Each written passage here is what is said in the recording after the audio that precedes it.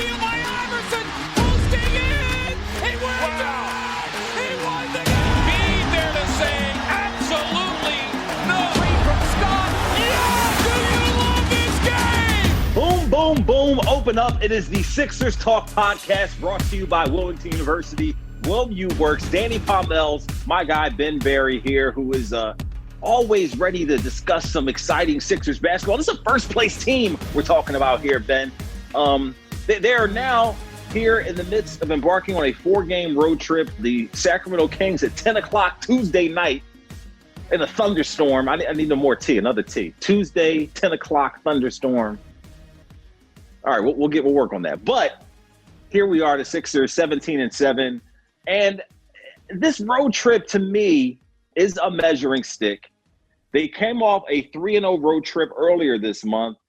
This road trip with these 4 teams, not saying how the travel might affect them, but these are winnable games. You're playing Phoenix, you're playing Utah, you're playing the Sacramento Kings. You're not going against the Lakers, the Clippers, and other of these Denver more prominent Western Conference teams. So this is the opportunity for them, I think, to continue to build, to grow, and to get some more, camaraderie, chemistry, and identity among this team where they haven't had the practice time that they would want, and this is a chance for them to come together. You see it the same way? I see some trap games. I don't know if you could. It could be a trap game on the road, though. Like, you're going to be the team. No. Like, everybody's coming at them like that. That that going in. I see some trap games. The Trailblazers game, that was a trap game. That was a game they had no business losing. That's what that was. But right before the big Brooklyn game, classic trap game. A game they had no business losing. That team didn't have CJ, Dame, and Nurkic. Right. If you go back to Friday's spot, I had Amy on, and the pot was so much better. Messing with you. We're all big fans of Amy, so I cannot slander Amy. I told Amy, I was like, does it feel like a punishment or like a demotion that you're stuck working with me? I was your intern a decade ago. And she was a great sport about it. But no, there's 4 games on the road, and I would like the Sixers to go 4-0, as I think any fan would. 3-1 is probably the most probable outcome. I just don't want them falling to Sacramento, who's playing very well. I don't want them falling to the Blazers again. I'm not sure if Dame and CJ are back in the lineup yet, but Chris Paul and Devin Booker have been playing very good in Phoenix. They had this Utah game. Again, 4-game road trip. I would like to see Ben stay aggressive. As harsh as we were on him in previous podcasts, that game against Portland when he didn't play, we saw what is missed outside of the stat sheet when he doesn't play. He came back, played very well against Brooklyn. That perimeter defense is needed. And even though he's not your traditional point guard, he is a point guard, which it doesn't seem like the Sixers really have another one on the lineup. Yeah, you have Tyrese Maxey, but that's a lot to put on his shoulders at such a young age. So I would like to see Ben stay aggressive, Tobias play at his best, not what we've seen in previous years, not what we saw in that Portland game. I'm hoping for a 3-1 in this 4-game road trip. Yeah, definitely. I think you bring up the point guard thing, and that just one of the most recent things you said, so I'll start with that. The issue with the point guard thing, I think, directly stems from Seth Curry, because that was part of the role he was brought in to play, was that combo guard thing, and he got COVID in that Brooklyn game he was removed from, and he has not been right since. So when it comes to facilitating, shooting, the dude went 8 quarters of scoreless basketball before he hit a 3 in the first half in this last game. To me, I think that exacerbates the issues that they're having when it comes to the point guard situation. So, yeah, Maxey, his minutes haven't been as consistent, and, his role has changed ever so slightly. And Seth Curry's, lack of being himself has really changed a lot of that. But I think these teams should be afraid of the Sixers when it comes to this Western Conference road trip. I don't know why. If they're the only thing as a Sixers fan, I will be worried about is if they are unhealthy, someone gets injured as far as losing these games, because even the fact that they are undefeated with the full starting lineup at 13-0, forget about that. When they are all five of them on the floor together, it is a different style of basketball that is really successful and smooth. Tobias Harris talked about it after this last game and the one over Brooklyn, that they have bought into Doc's system and realized, from the early success they had, that if they can all do commit to the system, that there is a real potluck type end of the rainbow pot of gold type thing. Not potluck, but pot of gold at the end of the rainbow type thing. But potluck works. I like food. Yeah, I don't like everyone's food though. So there's that. But very true. I think that the Sixers are formidable, and with Joel Embiid and that full complement and Ben facilitating, when they're all together, it is hard for teams to figure out. And the record shows that their record on the floor together shows that when they're not all in there, it shows that as well. As you mentioned with Ben not being in there against Portland and how bad they looked. So I think that, yeah, okay, Sacramento's playing well, great. But at the end of the day, the Sixers had as much to contend with any of those hot teams out in the West as particularly these four teams on this road trip. Like, as their lineup is as formidable as anybody. So I don't feel that same feeling you feel, but I see where you're coming from. But the health and everyone being on the floor is the number one thing. If everybody's on the floor, my spirits are up. Well, it's not that I think any of these teams are formidable or like in the upper echelon of the league. Or what have you. I don't want the Sixers drinking their own Kool-Aid, which I'm not saying that they've done that in the past. I just think a lot of teams, no matter the sport, have done that in the past when they have nothing to show for it, but have a good season, drink their own Kool-Aid, buy into their own hype. It's a long season. We can't say that forever. We can't say it's a long season forever. Like, we're a third of the way through. Like, we're coming up on the All-Star break. Like, we're about to be halfway. Yeah, we're coming up on the All-Star break. But, all right, you played well so far. We've seen teams make it to the All-Star break blistering, like hot. They come out of the All-Star break, and you would have think the Monstars swap their talent or something. I want them to stay focused, stay hungry, just because Sacramento is historically bad. Wow, the last time they were good, I think I was in, like, middle school. Those C. Weber years, maybe high school. But it's been a long time. Like, just don't buy into the hype. Like, they're playing, they're hungry. Phoenix, the addition of Chris Paul seems like it's completely changed the team to stay focused. That's what I want. I think none of those teams have anyone who can contend with Joel Embiid, period. So if he's out there and causing double teams and all that, then you're already at an advantage. So none of those teams even concern me. I don't care how hot they are. I think the thing for me, though, is as far as being hungry and keeping that, insatiable appetite, like, they just can't be satisfied. Like, Joel said after the Nets game that they have a lot more work to do. So if your superstar is talking like that, then and he's bringing his lunch pail and hard hat to every practice, then you're going to strap on your work boots as well and be like, you know what, I gotta match him. I gotta meet him at this level. So I'm optimistic as far as his road trip is concerned. I'm optimistic long term. I am completely on edge about the injuries and the health of the team because you see just such a slight tweak with Seth Curry. We're waiting for him to wake up and get back to what he was, shooting at a crazy clip from the floor and so dependable, with the catch and shoot stuff and dribble drives and things like that. So every little thing means something in this season. So I'm just hoping that they can continue to stay healthy and everybody's out on the floor together. So you got them going 4-0 on this road trip? I can see them going 3-1. I think that's a even keeled way to look at it. Utah could be tough. That's always a tough place to play.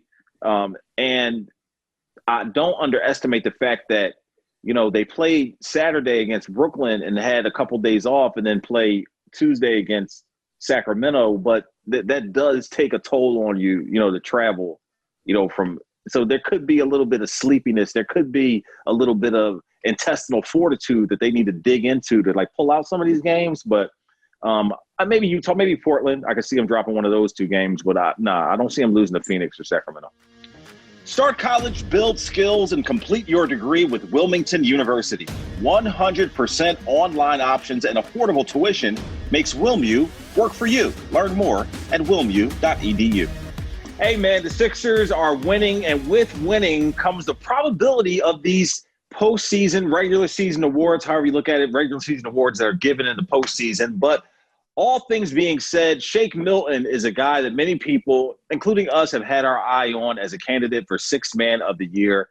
Let's look at the numbers from our friends from PointsBet. And, Ben, he ain't really that high on the list. Let's be honest. When it comes to the odds here, they have him as the 7th best odds in the chance to win the Sixth Man of the Year award as plus 1,600. Behind Jordan Clarkson, guys like Chris Boucher, Montrezl Harrell, among others. I think that's not a bad number if you want to jump on and put down, some shekels on the chance that he could win Sixth Man of the Year award at plus 1,600. That's not a bad bet for me. But do you see it differently? I think it's a good bet. I think it's not a gimme, but that's something nice that I will put my money down on, or would I better say yours? He's above. A quick correction, not to interrupt you. I'm sorry, but I just wanted to make it proper. He is tied with Montrezl Harrell for the 6th best odds. So he's not 7th. He's tied for 6th with Montrezl Harrell at plus 1,600. So continue, please. He's above Lou Williams, who's won it, 20 times now? So, 25. That's all you need to know. I think I would take those odds. That's fun. If the Sixers end up with the best record in the East, if they end up with the best record in the NBA, I think that it's only going to get better from here. So why not make that bet? Montrezl Harrell, yeah, Lakers. That's a high probability. Gordon Dragic is probably going to have the best all-around game at all of these guys when the season is said and done. But come on, Eric Gordon, the Rockets aren't going to do much unless he just goes off every game from here on out. I think Shake is your best bet moving forward. Yeah, it's interesting because while MVP and Coach of the Year typically come from one of those top contending teams, let's say top 4 teams in each conference or what have you, there are definitely exceptions for awards like Sixth Man of the Year, Comeback Player of the Year. Those can go to players on teams that may or may not be top contenders, but they will be a team that is a playoff-bound team. So why I don't give as much credence to like Luka Doncic for MVP, because he's not going to be one of those top contending teams, so there's less likely of a chance of him winning the award. But I think I look at Jordan Clarkson, a guy that's leading the pack with the six-man argument, and he's not even the guy I would pick to win the award. But when it comes to the odds here, we're talking about what is basically 4-1 that Shake would win the award. Like, I think odds-wise, he can have you could place that bet now, and he can contend. His role can continue to develop, because the Sixers are the team that probably have the most growth to make among all these teams. Even though they're in first place, this is a team that hasn't played together much beyond this season, undefeated with all their starters in the lineup. Maybe Shake's role continues to develop, and he becomes even more of a recognized sixth man around the league. And the bet you place now pays off at a later date, Ben. How about that? You deserve a home that's beautiful, cozy, and stylish. At Overstock, you don't have to choose between low prices and quality. Find new, on-trend home goods that reflect your taste and don't compromise on value. You can design a space that feels like home, all under budget. Plus, in the continental U.S., you get free shipping on everything. With all the worries of the world, make your home your happy place. Invest in an area rug that will tie your whole room together, a light fixture that will bring a cozy vibe, or a new sectional sofa that brings welcome comfort after a long day's work. Overstock makes quality living affordable, so you can embrace the new year with a fresh perspective and a positive outlook. Start the year off with a safe, comfy, and functional space, and do it all at a smart value. Visit Overstock.com/deals and start saving today. Overstock is where quality furniture and decor cost less. Hey, we alluded to it in this previous discussion, but let's elaborate a little bit more and talk about the fact that the Sixers, in some aspects, are missing a couple of key reserve areas that would help them in the long run, help, solidify the lineup a little bit more. Backup center could be one of those places where people think that, man, maybe if they get a little bit more contribution, from a center position, because Dwight Howard has plenty of opportunities where he's close to the rim and doesn't convert, and he's missing his free throws, is leaving points out there. Backup point guard was something we just talked about, which I think Seth Curry's slow progress coming back from COVID has hurt the Sixers in the backup point guard regard. I wish more Tyrese Maxey, Shake Milton, like Shake is cooled off too. And I think, they both, are guys who can have the ball in their hands and set up other people. But I think that has caused an issue for the team as well, as far as the flow, where those guys fit in exactly and how to incorporate them into the lineup effectively. What do you see? You feel like that's a big issue, Ben, where the backup point guard is causing them some long-term, like that's something they need to address before it's too late, is what you're saying? I see it as a problem. And if Seth was brought in to be the number 2 guy, I think that was a mistake. He did that with Josh Richardson last year. Serviceable, but that wasn't Josh Richardson's game. That's not Seth Curry's game. Like, he can fill it in short stints, but I don't think that should be your first option if Ben can't play. Creating for other guys and getting the ball to the open man, that's not Seth Curry's game. When Ben is on the floor, Sixers are shooting 3 points at 41%, 41 beyond the arc when Ben's on the floor. Their pace, 104. Offensive rating, 114. Like, they come to play when Ben's on the floor. When Ben isn't on the floor, specifically that Portland game, which just was not fun to watch. Me and Amy talked about it on the last pod. If you haven't listened, go back and check. Cheap plug, because I'm not above that. They shot 26%. You're laughing. But they shot 26% without Ben on the floor from beyond the arc. Like, they only had 14 fast break points. Offensive rating dropped to 104. It is a problem. Like, Seth could be your guy if Ben's in foul trouble, and if there was another option that's more experienced than Tyrese Maxey, because I think Maxey should get these minutes, but you shouldn't put it all on him come playoff time. But they should be looking at the buyout market or seeing what deal they can get on the cheap come round trade deadline. I see what you're saying. I think that they would be better suited using the buyout market and the trade deadline to get more interchangeable parts rather than addressing specifically a point guard.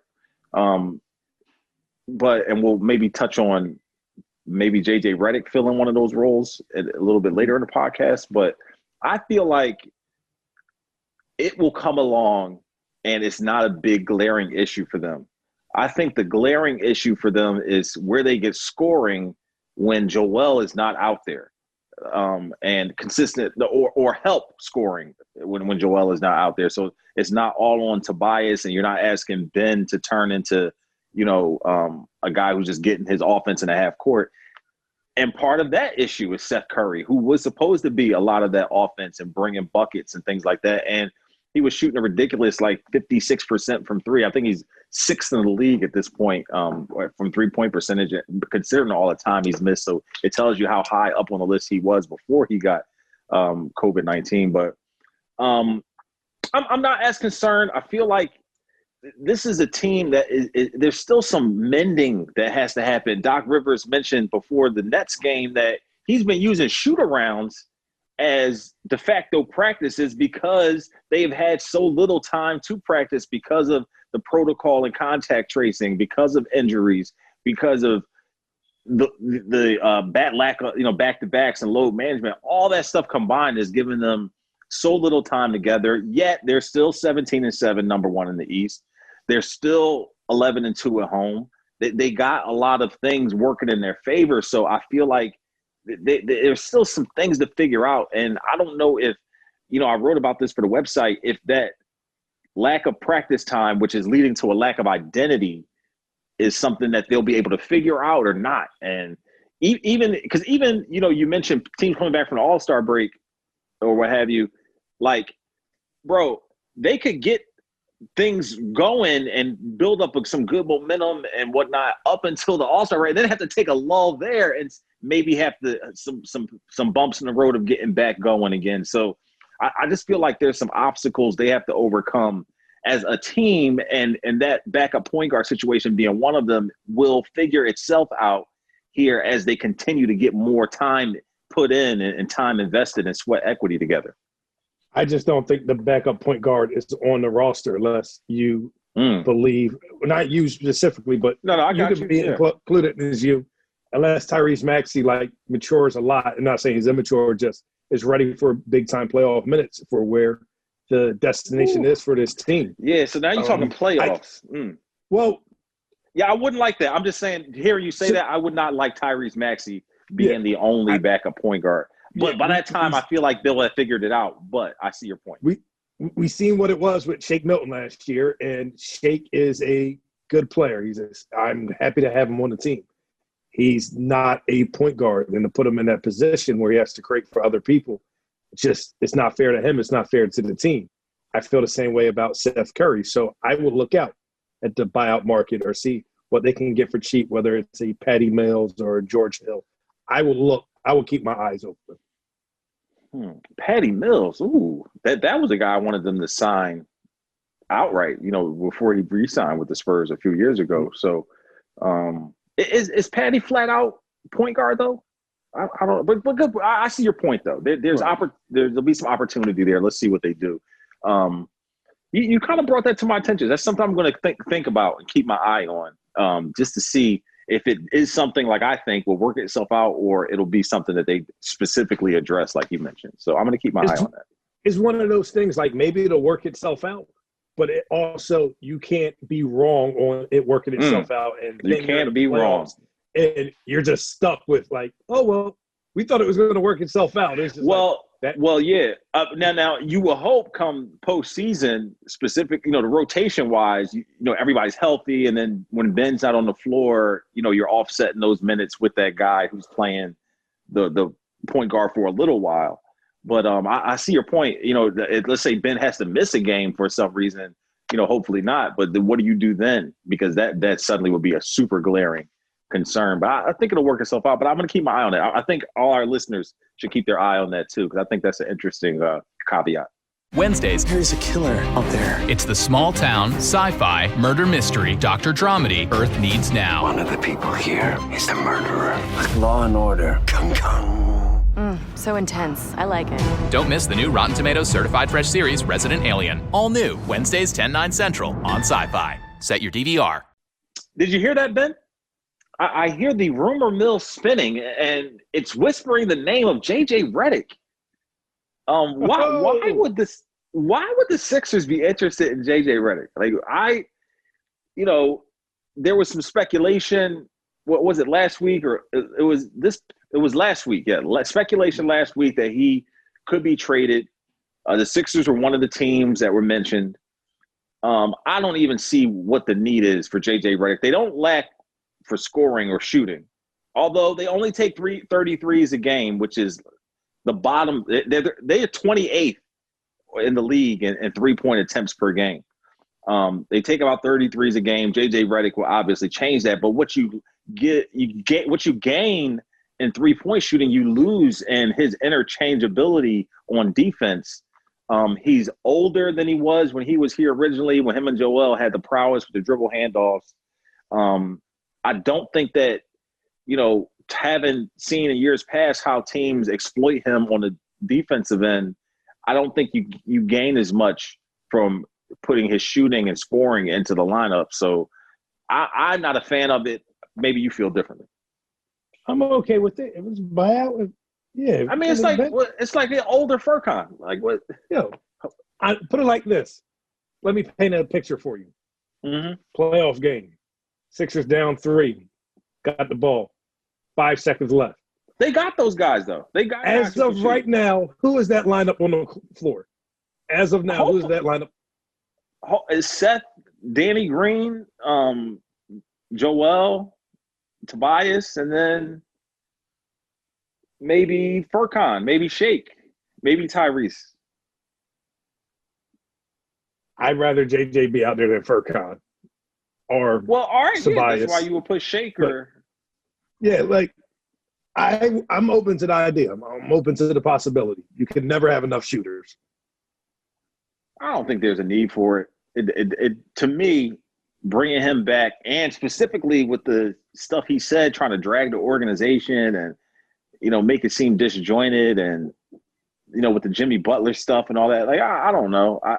I just feel like he's older and less effective. So why are we? There's other players who can fill that void, who can shoot. You're bringing him back so he can shoot.